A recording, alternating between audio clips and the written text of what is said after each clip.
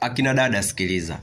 Ukiona mwanaume wako unampatia mpaka nyuma anatumia. Yaani unampatia mpaka nyuma, basi ujue huyo mwanaume anakutumia. Inawezekana kaa wewe unaona kabisa huyu tutadumu, huyu anakutumia. Hakuna mwanaume mpumbavu ambaye anakula mwanamke wake backside. Hakuna mwanaume mpumbavu ambaye yupo tayari kumharibu mwanamke wake wa ndoto zake.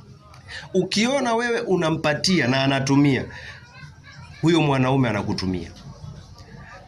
You used. When you maliza to use you go. When you go, you back to kulia tu. Nilimpatia kila kitu. Aliyekwambia kulinda mapenzi kwa mwanaume wako ni kumpatia mpaka nyuma. Nilimpatia kila kitu. Oya, kulinda mapenzi yako sio mpaka mwanaume wako mpatie nyuma.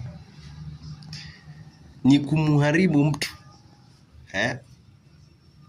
Hakuna mwanaume mpumbavu ambaye yupo tayari kumkula nyuma mwanamke wake. Hakunaga kwa hii dunia. Ukiona anatumia nyuma, ujue anakutumia. Baada ya hapo akumaliza, ataondoka.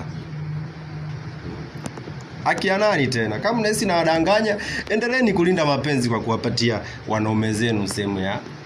Na ubaya ni kwamba mwanaume akizoea, huwa atakuwa anataka sehemu hiyo kila siku. Kwa mwisho wa siku atakuharibu.